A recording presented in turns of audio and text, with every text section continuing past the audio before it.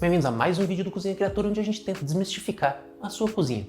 Hoje é o segundo vídeo em que a gente vai falar especificamente sobre o glúten, sobre as proteínas que a gente tem na farinha de trigo. Tem muita coisa que a gente vai falar hoje que a gente já me explicou de forma aprofundada no nosso vídeo anterior, que é esse daqui.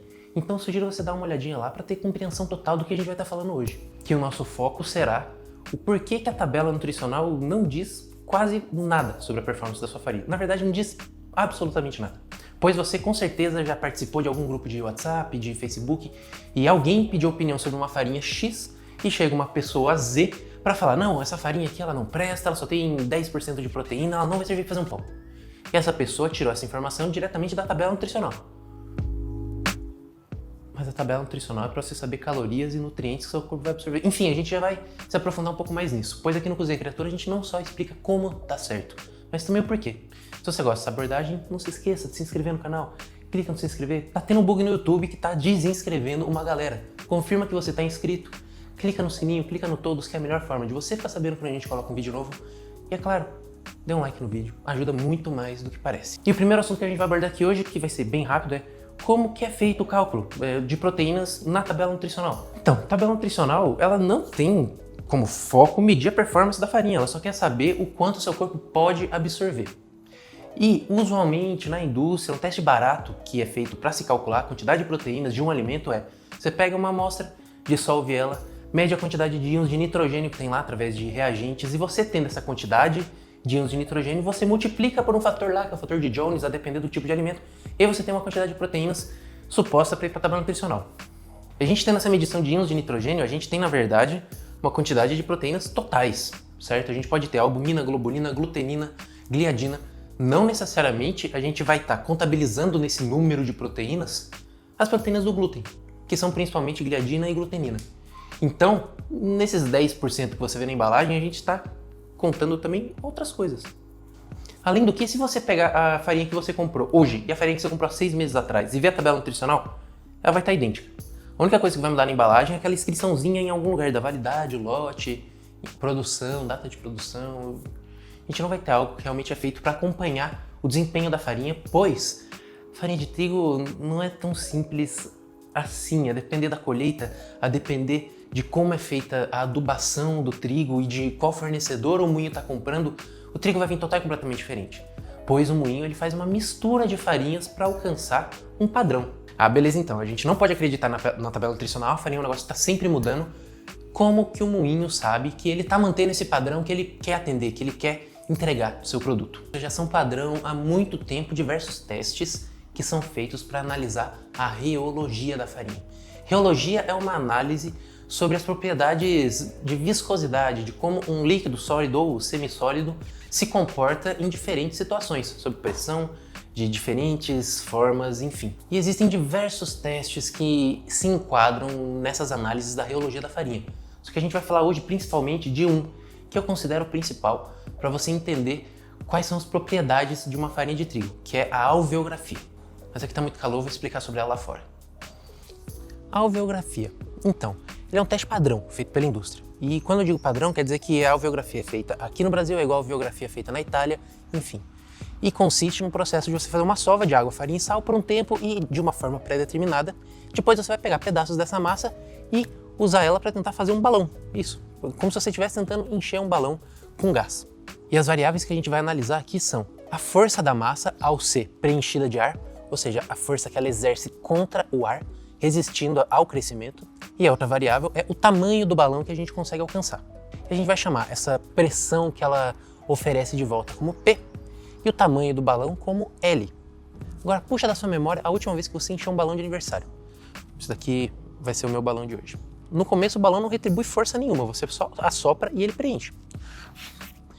Depois de um certo tamanho, ele começa a oferecer uma resistência, aí você precisa colocar mais força, você precisa forçar mais o seu pulmão para fazer com que ele encha.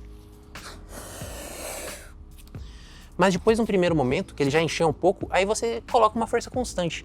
Aí ele não oferece mais aquela força inicial tão pesada, e você vai enchendo ele e ele vai aumentando cada vez mais de tamanho.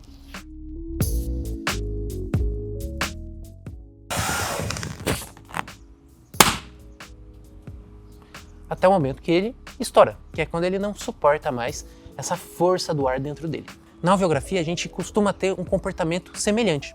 Por isso que o gráfico sempre fica mais ou menos parecido com isso daqui. E agora é aquele momento do vídeo em que, por que caralho você tá me ensinando isso, velho? Que aplicação prática eu vou ter isso na minha vida? É que nem Bhaskara. Calma, a gente viu tudo isso até agora só para eu poder falar para você que esse gráfico aqui que a gente fez, a área dele é o que o pessoal chama de força W da farinha. Que você vai ver em diversas farinhas italianas, uruguaias, americanas, enfim. A força W ela é um indicador, sim, de quão forte é a sua farinha, porque ela é uma análise em cima do quão elástica a sua farinha é e o quão extensível ela é. Sim, a gente relaciona o P com elasticidade e o L com a extensibilidade do glúten, coisa que a gente falou de forma muito detalhada no vídeo anterior, explicando o que é o glúten. Agora os engenheiros de plantão vão começar a perguntar, ok, a gente tem aqui a força W, que é a área desse gráfico. Então quer dizer que pode ter duas farinhas com W igual, só que com gráficos totalmente diferentes. E isso prova que o W também não quer dizer nada, porque agora a gente pode ter massas com W igual com comportamentos totalmente diferentes. Por isso que a gente não analisa somente o W da alveografia.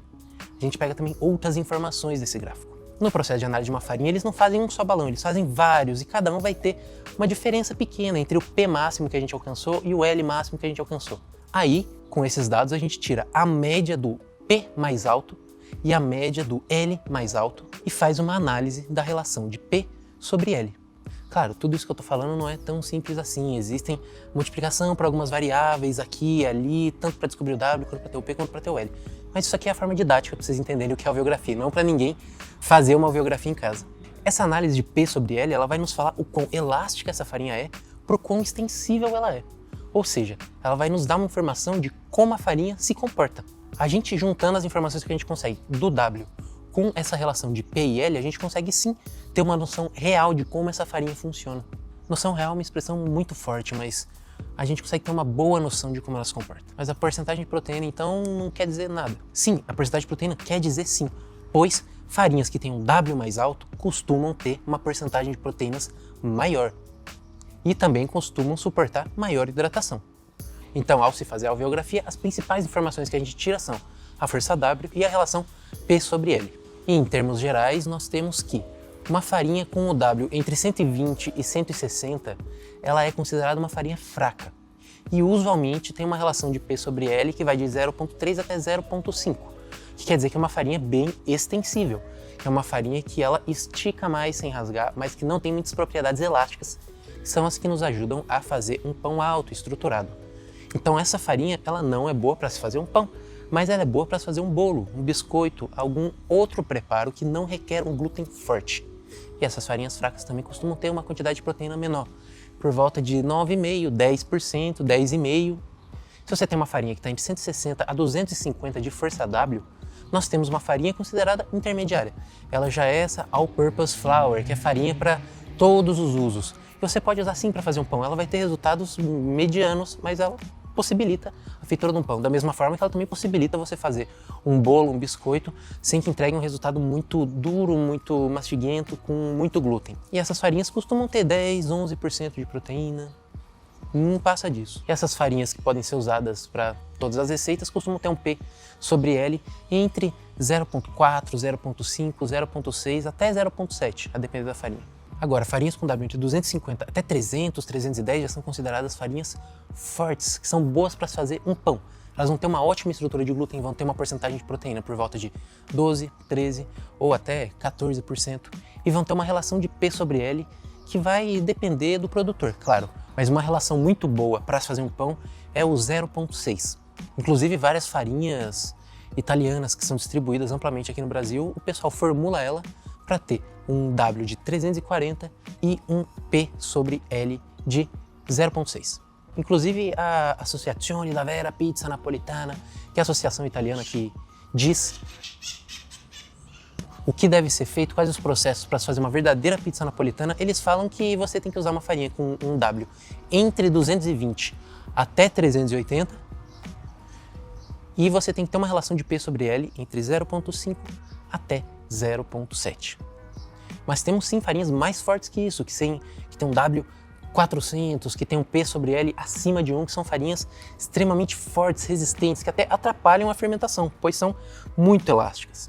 como por exemplo a tal da farinha de Manitoba. Manitoba é uma região do Canadá, onde são produzidas essas farinhas extremamente fortes. Elas são boas para fazer um pão? A depender da formulação, a depender do blend que eles fizeram, se ele tiver um P sobre L legal, sim, elas são interessantes para fazer um pão. Mas necessitarão de muita hidratação. Temos também farinhas ainda mais fortes que são formuladas para receitas em especial, como por exemplo farinhas para fazer panetone. Panetone é uma receita que vai muita gordura, muito açúcar e que resiste a muita fermentação, que são farinhas que costumam ter um W de 400 e o pessoal formula elas para ter um P sobre L também por volta do 0,6. Então se você está olhando um laudo e quer saber se a farinha é boa para fazer um pão, a principal coisa que a gente vai analisar é o P sobre L. Se ela tiver um bom comportamento entre elasticidade e extensibilidade, a única coisa que a gente precisa se preocupar agora é o quanto de água que ela vai suportar. O quanto de água que ela vai suportar vai ser diretamente relacionada com o W, e o W é diretamente relacionado com a quantidade de proteínas que você tem na farinha. Uma farinha fraca vai ter entre 9% de proteína e uma farinha extra forte vai ter 14,5% de proteína, fazendo com que você consiga fazer receitas só de farinha, água e sal até de 120, 130% de hidratação. Mas não parou por aí não. A gente tem farinhas com P sobre L muito alto, acima de 1, acima de 2, como por exemplo a tal da sêmula, que é a farinha de grano duro. Essas farinhas que são ideais para massa, elas não suportam muita hidratação, elas têm um W baixo, 200, 220, mas elas têm um P sobre L bem grande, entre 2 e 2,3. E é exatamente essa característica que a gente quer para uma massa fresca. A gente quer uma farinha que não precisa suportar muita hidratação, pois ela só vai pegar a água presente nas gemas ou até na clara dos ovos, mas tem que ser muito elástica, porque o que a gente quer aqui é que depois da massa cozida, a gente tenha aquela mordida elástica, a tal da textura ao dente. Tá claro? Entendeu? Resumão aqui então. P, relacionado com a elasticidade da massa. L, relacionado com a extensibilidade da massa. Força W, é a área do gráfico que é realmente a força que a massa suporta. A relação de P sobre L é o quão elástica a massa é para o quão extensível ela é. Se a gente está fazendo pão, a gente quer 0,6, 0,7. A porcentagem de proteínas costuma ditar realmente o quão grande vai ser esse gráfico, ou seja, mais proteínas significam um W maior. E o principal aqui é, cada farinha tem o seu uso. Cada formulação é feita pensando em um produto final. Uma farinha para macarrão não vai entregar um pão bom. Não é só porque a farinha para macarrão é italiana, ela vai fazer um pão melhor do que uma farinha brasileira que é feita para diversas preparações. Você acha que faz sentido ainda olhar para a tabela nutricional? Não, né?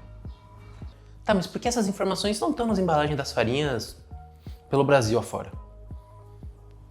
Ninguém nunca pediu. Não existe pressão por parte do consumidor, hoje, por enquanto, para que essas informações sejam entregues pelos produtores de farinha. Quem tem real interesse de saber essas propriedades são grandes indústrias, grandes clientes, para qual, na verdade, são a quem o moinho direciona a sua produção. Se você compra 5, 10 quilos de farinha por mês, não vão te dar muita atenção. Agora, se você compra 2 toneladas de farinha por mês, tem um representante comercial e... né? Eu acho que vocês entenderam para onde é que foi.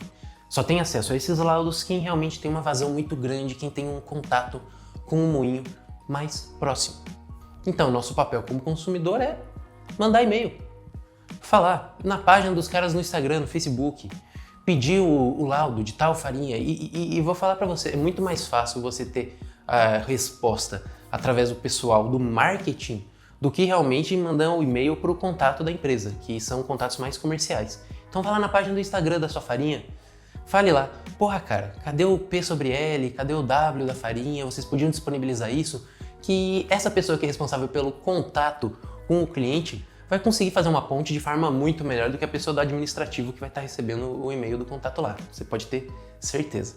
Mas espero que essas informações de hoje e essa forma de interpretar a farinha tenham te esclarecido muita coisa para que você, pequeno produtor, possa agora entrar em contato com o cara que te vende farinha e pedir essas informações. E você, pequeno consumidor final que faz pão toda semana, possa entender melhor aqueles números estranhos que tem nas embalagens de farinha italiana.